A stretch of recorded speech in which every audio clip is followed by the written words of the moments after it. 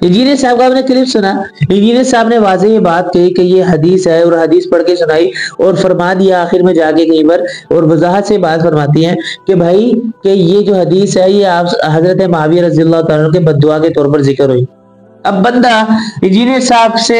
چند سوالات کرے اور انجینئر صاحب کو پکڑے اور پوچھے بھائی کیسی باتیں آپ کر رہے ہیں۔ پہلے تو ہم آتے ہیں کہ بد دعا کے کانسیپٹ پر، کہ دنیا میں ایک سب سے کریم شخصیت کہ جس کو میں اور آپ صلی اللہ علیہ وسلم حضرت محمد مصطفیٰ صلی اللہ علیہ وسلم کے نام سے جانتے ہیں،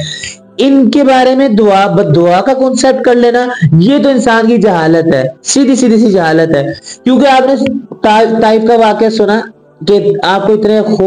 خونوں سے لہو لہان ہوئے آپ، اور آپ کے جو جوتے تھے وہ بھی خون سے بھر گئے، آپ کو پتھر مارے گئے نعوذ باللہ، اور اس کے بعد آپ نے بد دعا نہیں کی۔ دوسرا واقعہ غزوہ احد کا پڑھ لیں کہ جب آپ کے دندان مبارک، آپ کے دانت مبارک شہید ہوئے، آپ زخمی ہوئے، پھر بھی آپ نے بد دعا نہیں کی۔ او بھائی جب ایک اتنی کریم شخصیت جو کافر کے لیے، اپنے دشمنوں کے لیے بد دعا نہیں کر رہی، تو وہ اپنے صحابہ کرام کے بارے میں بد دعا کیسے کر سکتی ہے؟ اور اپنے صحابہ کرام کے ساتھ ساتھ اپنے ساتھیوں کے بارے میں، اپنے مخلص ساتھیوں کے بارے میں وہ بد دعا کیسے کر سکتی ہے؟ تو لہٰذا یہ بات اپنے ذہن سے نکالیں کہ بد دعا کی ہوگی۔ ہاں اب آتے ہیں اس حدیث کی طرف اور انجینئر صاحب کی صحیح طرح جو ہے نا ان کی بات کی وضاحت کی طرف۔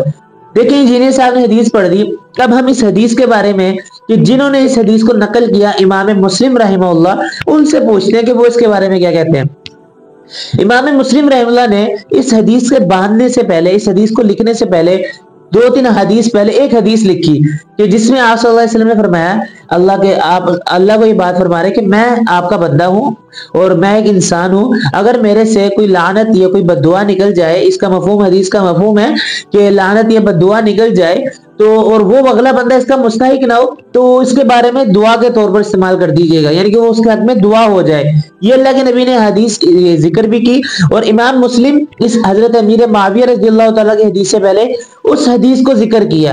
اب یہ بات ہوئی، اب جب اس حدیث کو ذکر کیا تو تمام محدثین کا اس بات پر اتفاق ہے کہ امام مسلم رحم اللہ اس حدیث سے پہلے یہ بد دعا والی حدیث کہ جو اس کا مستحق نہ ہو وہ اس کے حق میں دعا بن جائے، اس حدیث کو اس لیے لایا تاکہ لوگوں کو پتہ لگ جائے کہ جو امیر معاویہ رضی اللہ تعالیٰ عنہ کی حدیث آ رہی ہے یہ بد دعا کے طور پر نہیں ہے، یہ دعا کے طور پر ہے۔ تو امام مسلم رحم اللہ نے یہ بات کلیئر کر دی کہ بھائی یہ جو آگے حدیث آ رہی ہے اس کو بد دعا کے طور پر مت لیجیے گا، یہ حدیث جو ہے یہ دعا کے طور پر ہے۔ اچھا دوسری بات کہ امام مسلم رحم اللہ نے، پہلے بندہ یہ دیکھے کہ اس حدیث کو امام مسلم نے لکھا کہاں ہے، کس جگہ پر لکھا ہے۔ دیکھیں نا، اگر ہم بک لکھتے ہیں اور بک میں جو ہے نا چند ہمارے جو ہے نا مضامین ہوتے ہیں تو ہر مضمون کو ہم اس کی جگہ پر لکھتے ہیں۔ اب میں نے کوئی گھر کی بات لکھنی ہے تو سب سے پہلے میں ٹائٹل دوں گا میرا گھر اور میری بات، تو اس کے نیچے میں گھر کی باتیں لکھوں گا۔ اسی طرح امام مسلم رحمہ اللہ اس کو کس ٹائٹل کے نیچے لے کے آئے ہیں، تو انجینئر صاحب سے میں بڑی مؤدب طریقے سے گزارش کرتا ہوں کہ حضرت آپ جب اس کتاب کو کھولتے ہیں، اس حدیث کو پڑھتے ہیں تو اس سے پہلے اس کا ٹائٹل دیکھ لیں، اس حدیث کو جہاں ذکر کیا ہے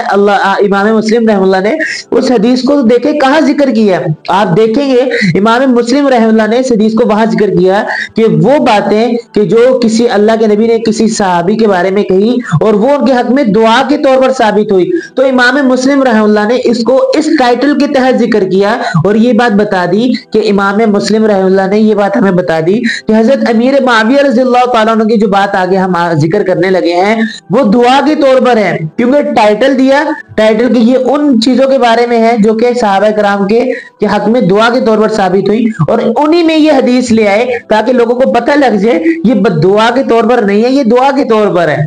اور ماشاءاللہ انجینئر صاحب کی تو کیا بات ہے کہ ساری باتیں پڑھ کے ادھر ادھر سے باتیں کر کے اللہ کے بندے اوپر ٹائٹل تو پڑھیں کہ یہ کس حدیث کو کہاں پر ذکر کیا۔ جب بندہ ٹائٹل پڑھ لے گا بندے کو سمجھ آ جائے کہ بھائی واقعی میں بد دعا کے طور پر یہاں ذکر ہی نہیں کیا، یہ دعا کے طور پر ذکر کیا۔ اچھا اگلی بات ہم یہ کرتے ہیں، اب جو اللہ کے نبی نے یہ فرما دیا کہ معاویہ کا پیٹ نہ بھرے، تو یہ اللہ کے نبی نے کیوں فرمایا؟ میں آپ کو سیدھی صاف سی بات بتاتا ہوں کہ چند الفاظ ہمارے ایسے ہیں کہ جو محاورے میں استعمال ہوتے ہیں، چند الفاظ ہمارے ہیں جو ایسے ہیں جو محاورے میں استعمال ہوتے ہیں۔ میں آپ کو اپنی زبان کی اگزامپل دے دیتا ہوں کہ جس طرح ہمیں کوئی بری بات لگی ہم کہتے ہیں اف اللہ، یا اللہ میری توبہ، ہم بغیر ارادے کے بغیر نیت کے یہ الفاظ کہہ دیتے ہیں۔ تو اسی طرح اللہ کے نبی نے یہ الفاظ ارشاد فرمائے. اچھا اب کوئی اگلا انجینئر صاحب کہتے ہیں اچھا کہیں اور دکھا دو ہمیں کہیں اور یہ الفاظ. او بھائی یہ تو اللہ کے نبی نے یہ بات ارشاد فرمائی کہ معاویہ کا پیٹ نہ بھرے. اس کے علاوہ کہیں اور بھی الفاظ مذکور ہیں کہ تیرے ہاتھ خاک آلود ہو, تو تجھے بھانج ہو. یہ کئی حدیث میں آپ کو باتیں مل جائیں گی. حضرت ابو ذر غفاری رضی اللہ تعالیٰ کی حدیث, حضرت عائشہ رضی اللہ تعالیٰ کی حدیث. تو وہاں پر آپ ان الفاظ کو بد دعا کیوں نہیں کہتے بھائی؟ یہ سے حضرت امیر معاویہ رضی اللہ تعالیٰ نے ایسی ہستی ہیں کہ ان کے بارے میں اللہ کے نبی نے کوئی الفاظ استعمال کر دیے اور آپ ان کو بد دعاؤں میں لے جا رہے ہیں. حضرت عائشہ رضی اللہ تعالیٰ کی حدیث میں بات مل جائیں گے کہ تمہیں بھانج ہو, اور یہ الفاظ بد دعا کے طور پر نہیں دعا کے طور پر استعمال ہوئے. اور کہیں اور آپ کو حدیث میں بات مل جائے گی کہ تمہارے ہاتھ خاک آلود ہو. یہ وہ باتیں ہیں جو محاورتاً استعمال کی جاتی ہیں, نہ کہ یہ دعا یہ بد دعا کے طور پر استعمال کی جاتی ہیں. اب اگلی بات یہ سمجھیے گا, کیونکہ دیکھیں میں آپ کو ون بائی ون لے کے جا رہا ہوں. اچھا اگر حضرت امیر معاویہ رضی اللہ تعالیٰ عنہ کے حق میں یہ دعا کے طور پر ثابت ہوئی تو کیسے ثابت ہوئی؟ تو میں بتاتا ہوں کیسے ثابت ہوئی. انجینئر صاحب تو یہ کہتے ہیں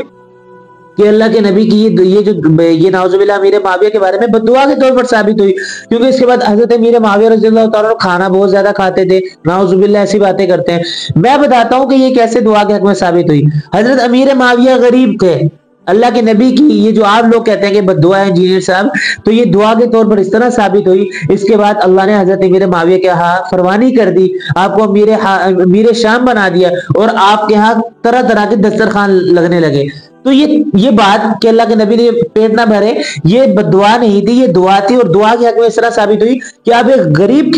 گھرانے کے لوگ, آپ ایک دم جو ہے نا اللہ نے آپ کو عزت بخشی, آپ کو مال دیا اور آپ کے پاس وسعت ہوئی, اور آپ نے اس سے کہاں کہاں پر اور غریب لوگوں پر خرچ کیا. تو یہ بد دعا حضرت امیر معاویہ رضی اللہ تعالیٰ کے حق میں دعا کے طور پر ثابت ہوئی. اگلی بات انجینئر صاحب یہ بات کرتے ہیں, بڑے افسوس کے ساتھ کرتے ہیں کہ یہ بد دعا اس طرح بنی کہ حضرت امیر معاویہ رضی اللہ تعالیٰ عنہ کا پیٹ بڑھ گیا,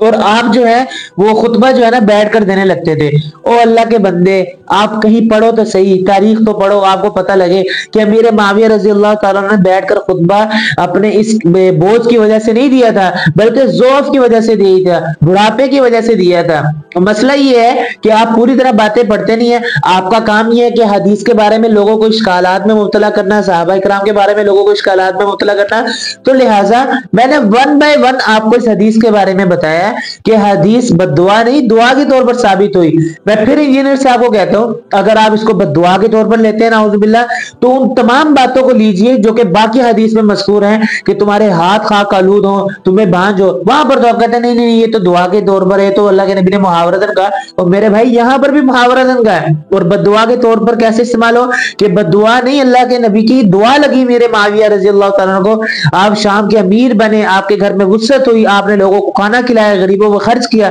لہٰذا اگر کوئی بندہ